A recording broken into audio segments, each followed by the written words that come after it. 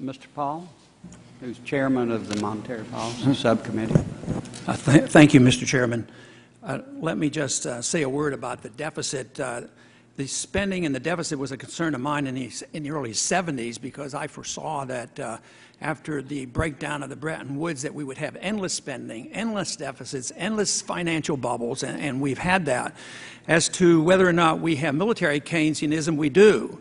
And I reject that as well as I reject domestic monetary economic Keynesianism. And until we put the two together and reject them, we're going to continue with these problems. But the reason why I don't think it's a Federal Reserve job to lecture the Congress, even though I agree Congress is at fault. They spend too much money. And Congress at times will say the Fed's at fault. But you know, the Congress and the Fed are symbiotic. They have a symbiotic relationship because the Fed, the Congress spends, and they know there's a moral hazard involved here because they know that if interest rates goes up, the Fed accommodates them. So the Fed really facilitates this spending, and until we realize this, so I think the Fed is involved with our deficit and encourages as well as the Congress, but it is true. Congress's initial responsibility should be just cut the spending because this deficit is exploding, inflation is exploding, and interest rates are going to go up. So we're going to have one heck of a problem here in the near future.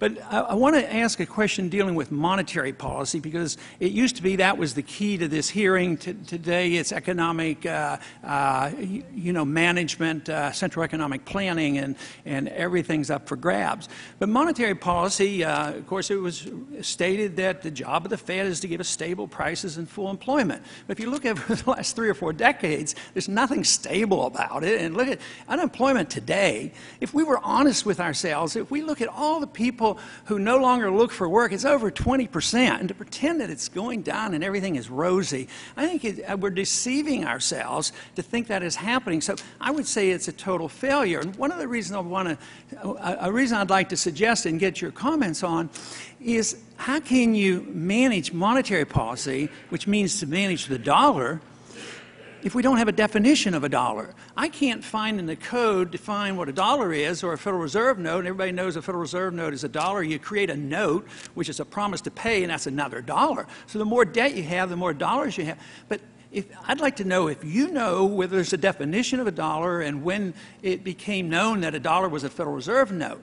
I want a definition of money. That seems to be the real job. We want a measurement of value. And this is the reason that I believe that we made a big mistake by declaring fiat money, paper money, would be our measurement of value.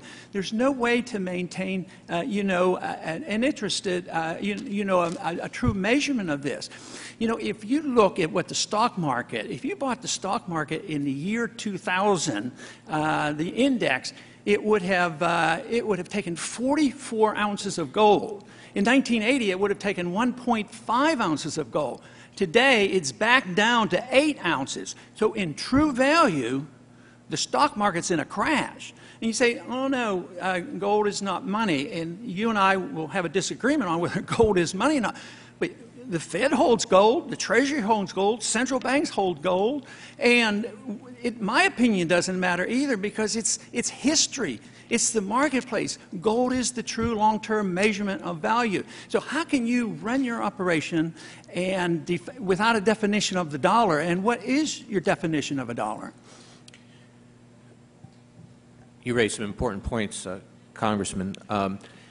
Our mandate is maximum employment and price stability. My definition of the dollar is what it can buy. Consumers don't want to buy gold. They want to buy food and gasoline and clothes and all the other things that are in the consumer basket. And it's the buying power of the dollar in terms of those goods and services that is what is important, and that's what I call price stability. The fact is that, after the 1970s, where you're correct, there was a lot of instability and inflation was very high. Since Chairman Volcker in the early 80s, and I know you have talked about your relationship with him, brought inflation down, that inflation in the United States has been low and stable, around 2% for some time. And in fact, it's been 2% over the last 5 years, despite everything else that's been going on. Moreover, in terms of the unemployment part of the mandate, it's certainly true unemployment is unsatisfactory now. My own view is that that's largely due to the financial crisis, which in turn had a lot to do with problems in both the private markets and in the supervisory and regulatory regime. But even but putting that aside, over the period last 25 years or so, the stability of unemployment has been much greater than it was in previous decades. So there has been improvement.